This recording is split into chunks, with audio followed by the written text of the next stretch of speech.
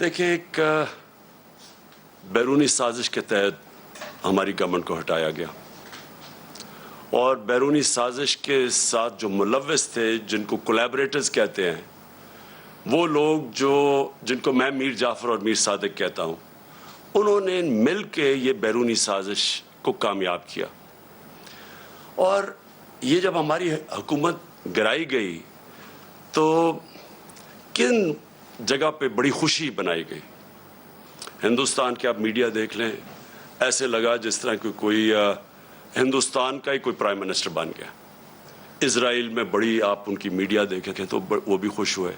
اور مغربی میڈیا جو مجھے جانتا ہے، ہندوستان کا میڈیا بھی مجھے جانتا ہے، ان کے اندر بھی ایک رجیم چینج کو کسی نے اٹھایا نہیں، کیونکہ وہاں بڑا برا سمجھا جاتا ہے کہ باہر سے بیٹھ کے کسی ایک جمہوریت کو گرایا جائے. تو آج وہ آگے چل رہی ہے وہ سازش، اور میں اس سازش کی آج پہلے ایک چیز سے شروع کرتا ہوں. اس خوفناک سازش کے اندر ایک پلان بنا ہوا ہے کہ ملک کی سب سے بڑی پولیٹیکل پارٹی کو اپنی فوج کے ساتھ لڑا دیا جائے. یعنی ہمیں اور فوج کو ایک ایسا پیش کیا جائے کہ ہم ایک دوسرے کے کوئی مخالف ہیں، اور یہ ایک پلان کر کے کیا جا رہا ہے. میں صرف جو آپ سب دیکھ رہے ہیں، میں آپ کو یاد کرانا چاہتا ہوں کہ جب ہماری گورنمنٹ چل رہی تھی تو سب سے زیادہ تنقید جب آتی تھی ہندوستان سے میرے اوپر، تو وہ یہ کیا کہتے تھے کہ عمران خان فوجیوں کا، پاکستانی فوج لے کے آئی ہوئی ہے، ان کا پتلا ہے. سب سے زیادہ یہ کرتے تھے، اور مسلسل ان کو تکلیف تھی کہ جی یہ فوج اور گورنمنٹ ایک ہی پیج پہ چل رہی ہے. آپ کو پتہ نہیں اس چیز کا علم ہے یا نہیں، یا یاد ہو یا نہ ہو، کہ ایک ہمارے سوشل میڈیا کے جنونی نوجوانوں نے ایک چیز، ایک بے نقاب کیا جس کو کہتے تھے یورپین یونین کی ڈس انفارمیشن لیب. یہ کیا تھی؟ اس میں تقریباً 800 فیک سائٹس تھی، اور یہ فیک سائٹس کیا کر رہی تھی؟ یہ مسلسل پاکستان کے خلاف پروپیگنڈا کر رہی تھی، جس میں کئی پاکستان کے صحافی بھی شامل تھے. کئی وہ لوگ شامل تھے جو آج اس امپورٹڈ حکومت کے ساتھ اب نظر آتے ہیں. اور یہ کیا کہہ رہے تھے؟ دو لوگوں کو اٹیک کر رہے تھے، ایک عمران خان کو اور ایک پاکستانی فوج کو، اور تکلیف یہ تھی کہ یہ ساتھ چل رہے ہیں. اب میں آپ کو ذرا تھوڑا پیچھے لے جاؤں کہ جب ممبئی کے اٹیک ہوا، دہشت گردی کا اٹیک ہوا ممبئی میں، تو آصف زرداری نے ایک بیان دیا تھا کہ پاکستان کا جو ڈی جی ISI ہے اس کو ممبئی بھجوایا جائے. یعنی سوچیں کہ اپنا ملک کا اس وقت صدر تھا، کہتا تھا اس کو ممبئی بھجوایا جائے. اور پھر یہی آصف زرداری حسین حقانی کے ذریعے امریکنوں کو میسج پہنچاتا ہے کہ امریکنوں کو کہہ رہا ہے کہ پاکستان کی فوج سے آصف زرداری کو بچائیں.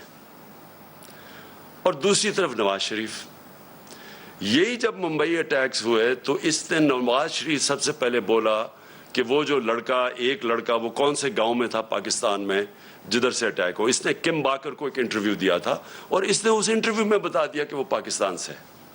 یعنی پہلے ہی ایک بہت بڑا ایک پاکستان کے خلاف ایک مہم چلی ہوئی تھی، اور خاص طور پہ ISI اور پاکستانی فوج کو ٹارگٹ کیا جا رہا تھا. تو نواز شریف نے پہلے کہا یہ. پھر ڈون لیکس کیا تھی؟ ڈون لیکس کے اندر نواز شریف، اس کی گورنمنٹ باقاعدہ یہ کہتی ہے کہ جو دہشت گردی ہندوستان کے خلاف ہو رہی ہے اس میں پاکستان کی ISI ملوث ہے، پاکستان کی فوج. اور نریندر مودی بار بار پاکستان کے سپہ سالار جو تب تھے جنرل رحیل، بار بار یہ کہتے تھے کہ وہ دہشت گرد ہے، دہشت گردوں کا سردار ہے.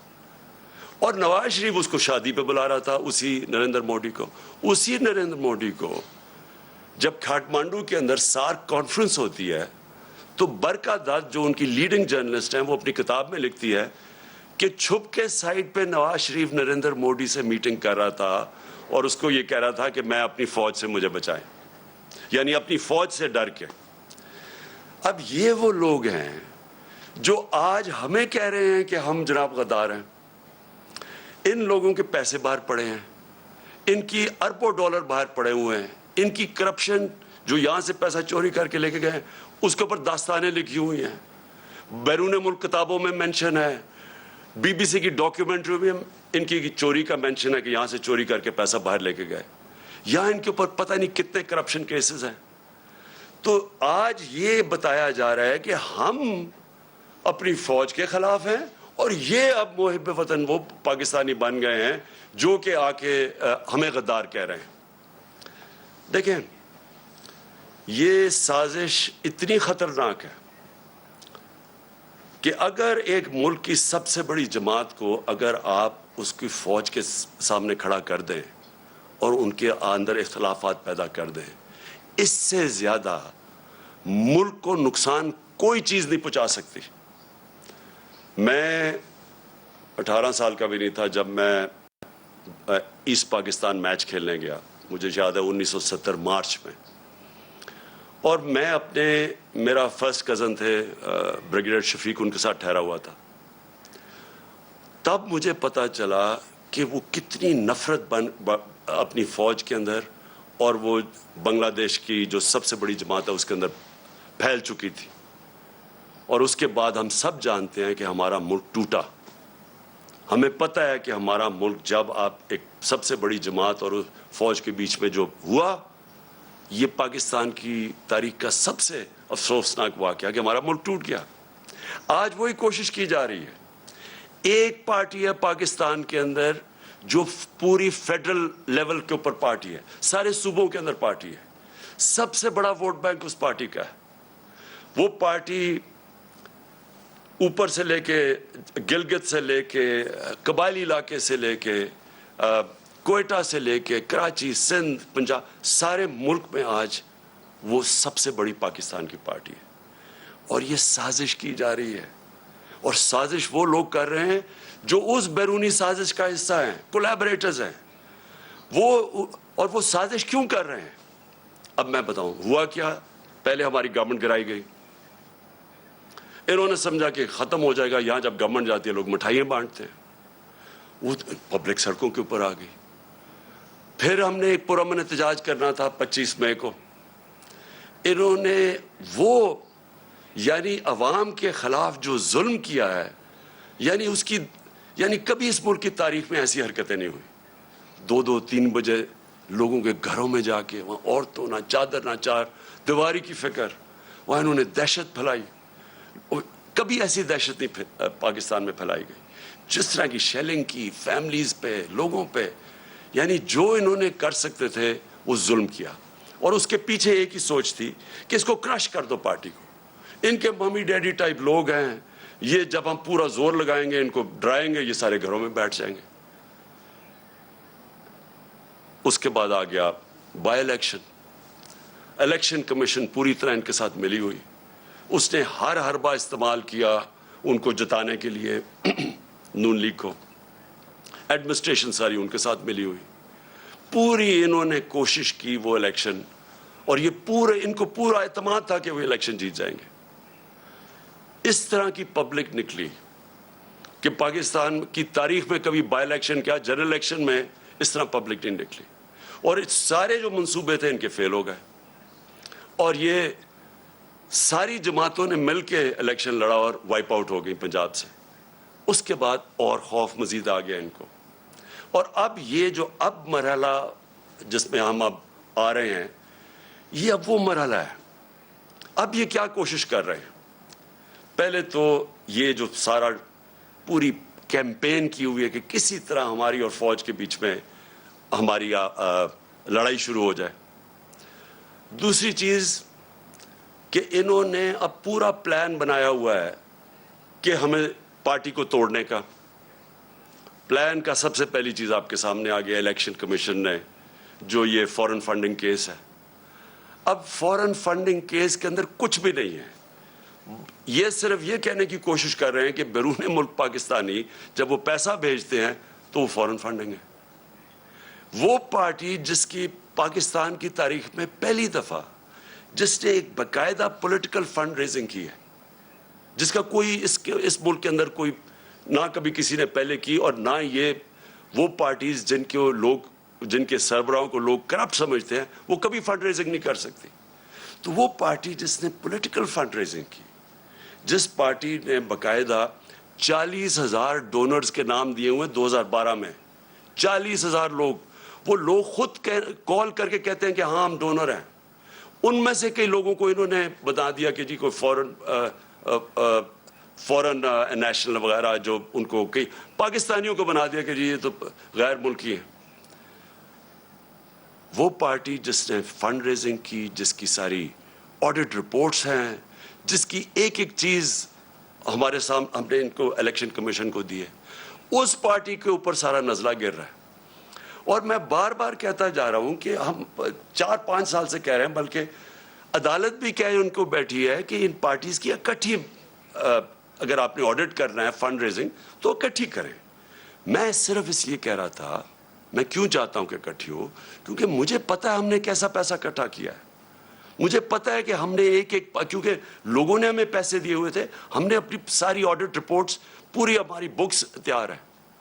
مجھے اتنا بھی پتہ ہے کہ ان دو پارٹیز کے پاس کچھ بھی نہیں ہے، نہ ان کے پاس کسی نے ان کو پیسے دیے آج تک، نہ کوئی پیسے دے گا ان کو، نہ ان کے پاس کوئی آڈٹ رپورٹس ہیں، نہ ان کے پاس کوئی بکس ہیں، نہ ان کے پاس کوئی ڈونر بیس ہے. یعنی کدھر سے پیسہ آیا ان کے پاس؟ یہی الیکشن کمیشن عدالت کے آرڈر کے باوجود انہوں نے صرف تحریک انصاف کو کٹہرے میں کھڑا کیا ہوا، اور اتنی جھوٹی رپورٹ بنائی ہے، ایسی چیزیں اس رپورٹ میں لکھی ہیں جو جس دن میں چیلنج کرتا ہوں، جس دن اس کے اوپر صحیح معنی میں عدالت کے اندر یہ تفتیش ہوگی، میں یہ چیلنج کرتا ہوں کہ پاکستان میں یہ ثابت ہوگا کہ ایک پارٹی نے اس ملک کے اندر صحیح معنی میں پیسے اکٹھے کیے ہیں جو پولیٹیکل فنڈ ریزنگ ہوتی ہے. اور الیکشن کمیشن ان کے ساتھ مل کے کیا کوشش کر رہی ہے، وہ اس پارٹی کو جس نے سارے ایک ریکارڈز کر کے اور ساری پولیٹیکل فنڈ ریزنگ جو ہوتی ہے ساری دنیا میں وہ کی ہے، اس کو کوشش کر رہے ہیں بین کرنے کی. اس سازش کا حصہ، یہ وہی سازش کا حصہ ہے کہ کسی طرح، کیونکہ اب ان کو یہ آپ ہرا نہیں سکتے، الیکشن آئیں گے تو یہ جیت جائے گی، تو اس کو آپ ٹیکنیکلی ناک آؤٹ کرو. تو ایک وہ انہوں نے عارف نقوی کا نام لے لیا. 2012 میں صرف اپنی قوم کو بتانا چاہتا ہوں کہ پاکستان کا جو رائزنگ سٹار تھا، جو اس ملک میں سب سے تیزی سے انٹرنیشنل سین کے اوپر، جو فائنانس کے تیزی سے اوپر جا رہا تھا، اس کا نام عارف نقوی تھا. اس نے کراچی الیکٹرک، ہم نے نہیں اس کو کراچی الیکٹرک کی پرائیویٹائزیشن کی، وہ ان دو پارٹیز کے دور میں وہ اس کو کراچی الیکٹرک کی اس کو دی گئی تھی پرائیویٹائزیشن میں. اور اس کی بل گیٹس اس کو پیسے اس کو انویسٹ کر رہا ہے اس کے فنڈ کے اندر، وہ پرنس چارلز کی چیریٹی کو پیسے دے رہا ہے. اور یہ الیکشن کمیشن کہہ رہی ہے ہم 2012 کی بات کر رہے ہیں، کہتی ہے 2018 میں وہ فراڈ اس کے اوپر چارجز لگے. یعنی اس لیول پہ انہوں نے جا کے کوشش کی ہے کہ کسی طرح ہمیں ڈسکریڈٹ کرے، اور میرا نام لے دیا کہ جی اس نے سرٹیفکیٹ دیا ہوا ہے اور وہ اس نے کنسیل کیا اکاؤنٹس. میں آج آپ کو پھر سے کہہ دوں کہ سرٹیفکیٹ دینا ہمیشہ، جب آپ سرٹیفائی کرتے ہیں، وہ ایک پروسیس سے آپ کے پاس پہنچتی ہے. میں بکس نہیں پڑھ کے سرٹیفائی کرتا، وہ پہلے شروع ہوتا ہے نیچے سے، ہماری فائنانس ڈپارٹمنٹ کرتی ہے، وہ پھر بیٹھتی ہے آڈیٹرز کے ساتھ، ان کے ساتھ کتابیں ریکنسائل کرتی ہے، وہ پھر جاتی ہے پارٹی کی مینجمنٹ کمیٹی میں، وہ مینجمنٹ کمیٹی جب کلیئر کرتی ہے تو میرے پاس آتی ہے، تو میں دستخط ان کے کہنے پہ کہتا ہوں to the best of my ability. میں سرٹیفائی، میں نے وہ کتابیں نہیں دیکھی ہوتی، جبکہ میں اپنے جو اثاثے ڈکلیئر کرتا ہوں تو وہ میں ایفیڈیوٹ دیتا ہوں، کیونکہ میں دیکھ کے کرتا ہوں. تو اس کے اوپر یہ کوشش کر رہے ہیں ڈسکوالیفائی کرنے کی. ایک یہ ان کا طریقہ ہے. دوسرا یہ توشہ خانہ کیس ہے. میں پھر اپنی قوم کے سامنے ایک اور چیز کہتا ہوں، ساروں کا جو اس ملک کے پرائم منسٹرز اور پریزیڈنٹ بنے ہیں، جو اس ملک کے اندر بڑے بڑے عہدوں پہ رہے ہیں، سب کو تحفے ملتے ہیں، آرمی چیف کو ملتے ہیں، سب کو ملتے ہیں. ساروں کو انویسٹیگیٹ کریں کہ کیا لیگلی جو بھی انہوں نے کام کیا ہے قانون کے دائرے میں کیا ہے یا کوئی چیز غیر قانونی کی ہے. میں آج پھر آپ کو کہتا ہوں, جس دن یہ ہوگا ساری چیزیں میں نے قانون کے بیچ میں کی ہیں, اور مجھے پتہ ہے کہ کن کو انہوں نے قانون کے دائرے میں نہیں رہ کے کی. آصف زرداری نے 3 گاڑیاں لی ہیں وہاں سے توشہ خانہ سے, جو کہ آپ نہیں لے سکتے. مجھے بھی ایک گاڑی ملی تھی, آپ گاڑی توشہ خانہ سے نہیں نکال سکتے. آصف زرداری نے 3 مہنگی گاڑیاں اور نواز شریف نے 1 لی ہے, اور یہ بالکل غیر قانونی ہے. تو میں یہ چاہتا ہوں کہ اس کے اوپر بھی آئے. یہ 2 چیزیں ہیں کوشش کر رہے ہیں مجھے ڈسکوالیفائی کرنے کی, اور ایک تیسری بھی چیز کر رہے ہیں, اور جس کی اب آپ کے سامنے یہ آنے والا ہے, اب یہ فیز آنے والا ہے. اب ان کی کوشش یہ ہے کہ کسی طرح عمران خان کی کردار کشی کی جائے, کیونکہ ایک طریقہ پارٹی کو ختم کرنے کا یا پارٹی کو ڈسکوالیفائی کرو وہ مشکل ہے. دوسرا ہے کہ عمران خان کے اوپر کردار کشی کرو اور کسی نہ کسی طرح پھنساؤ کسی کیس میں.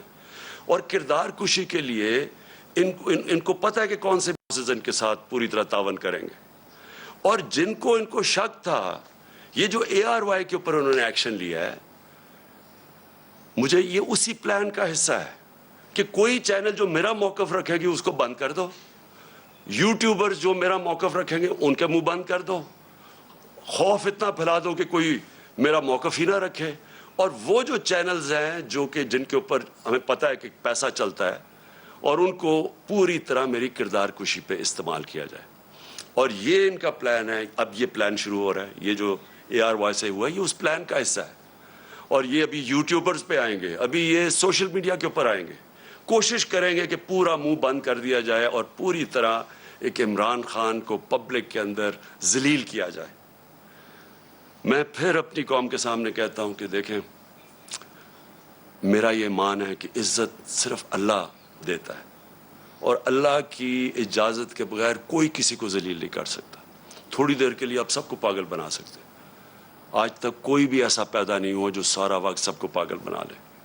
مجھے صرف افسوس یہ ہے کہ یہ جو پروسیس کرنے اب جا رہے ہیں, یہ جس طرح کی اب سختی دکھا رہے ہیں, یہ جو ایک پورا ایک نیا کہ مسل دکھا کے تو اب ہم ان کو کرش کریں گے, لوگوں کو ڈرا دیں گے, دھمکا دیں گے, اب صرف ملک کا نقصان کر رہے ہیں. میں اپنی قوم کے سامنے کہہ رہا ہوں کہ یہ جو اب فیز آ رہا ہے ان کا, اس سے ہمارا ملک ڈیمیج ہوگا. ملک کا سوچنا چاہیے. یہ صرف ذاتی مفادات کے اوپر اور بیرونی جو چاہتے ہیں, جو وہ چاہتے ہیں کیا بیرونی, کیا جنہوں نے ہماری گورنمنٹ گرائی, کیا وہ چاہتے ہیں مضبوط پاکستان؟ کیا وہ چاہتے ہیں کہ پاکستان ایک ملک بنے جو اپنے پیر پہ کھڑا ہو جائے؟ کیا وہ نہیں چاہتے کہ پاکستان لائف سپورٹ مشین پہ رہے, تھوڑے تھوڑے پیسے دیتے رہو ان کو, ان کی. اور یہ مجھے نہیں پتا کہ پاکستان کی ایئر سپیس استعمال ہوئی ہے یا نہیں, لیکن بیرونی اخبار, ویسٹرن اخبار آپ پڑھیں تو وہ سارے کہہ رہے ہیں کہ کوئی ڈیل ہوئی ہے پاکستان کے اوپر سے, وہ ڈرون جا کے اس نے افغانستان میں یہ ڈرون اٹیک کیا ہے. اگر ہم یہ کر رہے ہیں کہ جی تھوڑے سے پیسے مل جائیں گے اسے, میں پھر اپنی قوم کو کہنا چاہتا ہوں, دیکھیں ہم نے 80 کی دہائی میں پوری مدد کی, ٹھیک ہے اس وقت مجاہد تھے ہم, ہمارے ہمسائے ملک پہ کسی کا دوسرے ملک کا قبضہ تھا, لیکن ہم استعمال ہوئے. جیسے ہی وہ وہاں سے قبضہ ہٹا تو ہمارے اوپر سینکشنز لگ گئی تھیں. یہاں 50 لاکھ ریفیوجیز تھے پاکستان میں, یہاں کلیشنکوف اور ڈرگز آ گئی تھیں, یہاں سیکٹیرین گروپس, ملیٹنٹ گروپس آپس میں لڑنا شروع ہو گئے تھے. اس سے پہلے اور پاکستان تھا, افغان جہاد کے بعد پاکستان بدل چکا تھا. پھر ہم نے ان کی مدد کی, اور سب کو پتہ ہے کہ جب وار آن ٹیرر میں دھمکی ملی اور ہم نے ان کی مدد کی, کیا ملا پاکستان کو؟ اس سے $20 ارب ملا. تو جو نقصان پاکستان کا ہوا, جو 80,000 لوگ ہمارے قربان کیے گئے, جو ہمارے فوجیوں نے شہادتیں دیں, تو کس لیے ہم نے کیا؟ ہمیں تب بھی یہی استعمال کیا گیا, دھمکی ملی, ہمارے گھٹنے گوڈوں میں جان ہی نہیں تھی کہ کھڑے ہو کے ہم ایک خوددار قوم کی طرح ان کا فیس کرتے. ہم پھر جھک گئے, اور بڑی بھاری قیمت قوم نے ادا کی اس کی. چھوٹی سے ایلیٹ ہے جن کو پیسے, وہ جو پیسہ آتا ہے وہ باہر بھجوا دیتے تھے, ان کے بینک اکاؤنٹس بڑھتے رہے, لیکن قوم کو تو نقصان ہوا. ابھی بھی مجھے خطرہ ہے کہ اگر ہم یہ تھوڑے سے ڈالرز کے لیے اس ایجنڈے کا حصہ بھی بن جائے, اور وہ اس ایجنڈے سے ہم پھر کسی کانفلکٹ میں پھنس جائیں, کسی قسم کے انتشار میں پھنس جائے ہمارا ملک, تو آخر میں ہمیں ماضی سے پتہ ہے کہ فائدہ تھوڑا ہوتا ہے، نقصان بہت زیادہ ہوتا ہے.